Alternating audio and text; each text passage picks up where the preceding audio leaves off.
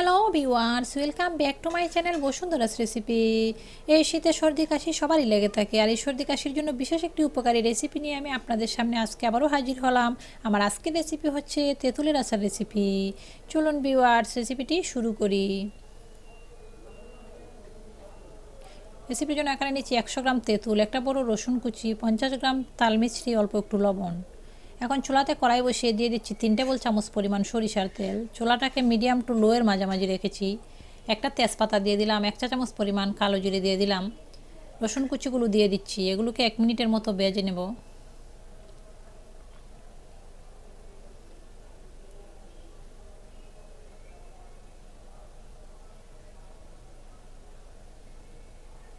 এক মিনিটের মতো ভাজার পর দিয়ে দিচ্ছি লবণ, তাল মিছরিগুলো, এগুলোকে আমি ছোটো ছোটো করে ভেঙে নিয়েছি।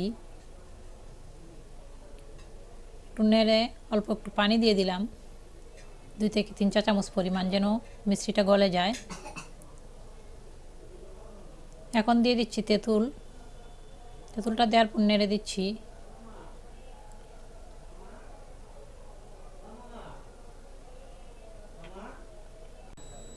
তেঁতুলটাকে খুব ভালোভাবে নেড়ে দিচ্ছি।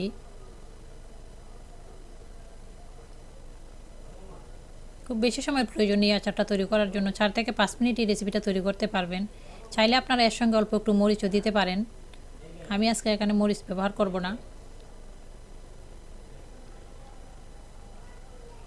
আর রেসিপিটা দেখার পর অবশ্যই লাইক কমেন্ট শেয়ার করতে ভুলবেন না। আর আমার রেসিপিটি যদি ভালো লাগে অবশ্যই আমার চ্যানেলটিকে সাবস্ক্রাইব করার অনুরোধ রইল।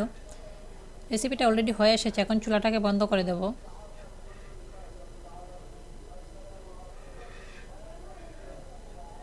চুলাটাকে বন্ধ করে দিয়েছি।